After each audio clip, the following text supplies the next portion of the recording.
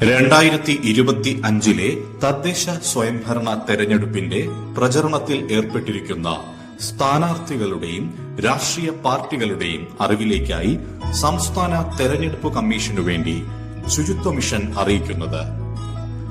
പ്രചരണത്തിന് PVC ഫ്ലക്സുകൾ, plastic അടങ്ങിയ ബാനറുകൾ, ബോർഡുകൾ, പ്ലാസ്റ്റിക് കൊടിതോരണങ്ങൾ എന്നിവ ഉപയോഗിക്കുന്നത് നിരോധിച്ചിരിക്കുന്നു.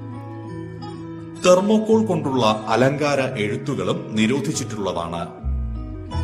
PVC അടങ്ങിയിട്ടുള്ള കൊറിയൻ തുണി, നൈലോൺ തുണി, പോളിസ്റ്റർ തുണി എന്നിവ കൊണ്ടുള്ള പ്രചരണ വസ്തുക്കളും നിരോധിച്ചിട്ടുള്ളതാണ്.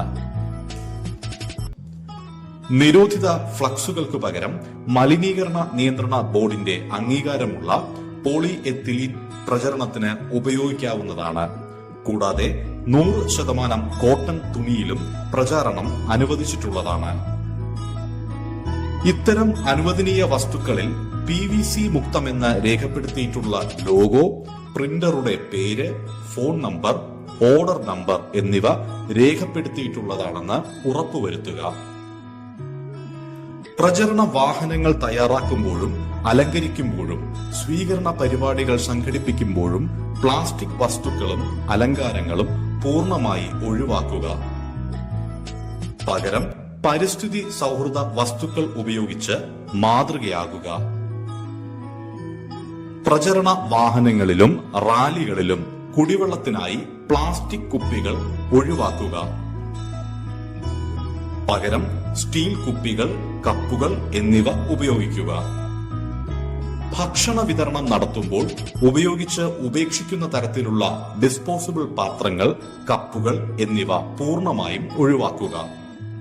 പകരം കഴുകി ഉപയോഗിക്കാവുന്ന തരത്തിലുള്ള സ്റ്റീൽ, സെറാമിക് പാത്രങ്ങൾ, കപ്പുകൾ, വാഴയില എന്നിവ ഉപയോഗിക്കുക.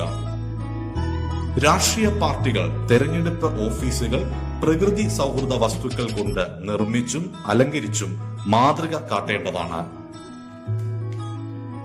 തെരഞ്ഞെടുപ്പ് ദിവസം സ്ലിപ്പുകൾ ഉൾപ്പെടെയുള്ളവ ആവശ്യം കഴിഞ്ഞ ശേഷം ബൂത്തിന്റെ പരിസരത്ത് വലിച്ചെറിയാതെ ബിന്നുകളിൽ നിക്ഷേപിക്കാൻ വോട്ടർമാർ ശ്രദ്ധിക്കേണ്ടതാണ്.